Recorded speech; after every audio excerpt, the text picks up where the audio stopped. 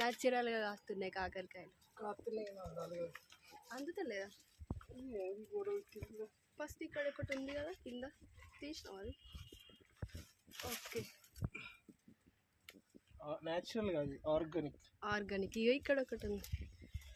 ఓ, మొన్న వచ్చినప్పుడు చిన్నగా ఉండే, 2 కనిపించినాయి మొన్న వచ్చినప్పుడు. ఇప్పుడేమో 3, 4. వావ్, ఇట్లా చెట్టుకు తెంపుకొని తినక ఎన్ని రోజులు అవుతుంది. ఇంక ఇక్కడ సోరకాయ చెట్టు కూడా ఉంది. ఈ సోరకాయ చెట్టు కదా.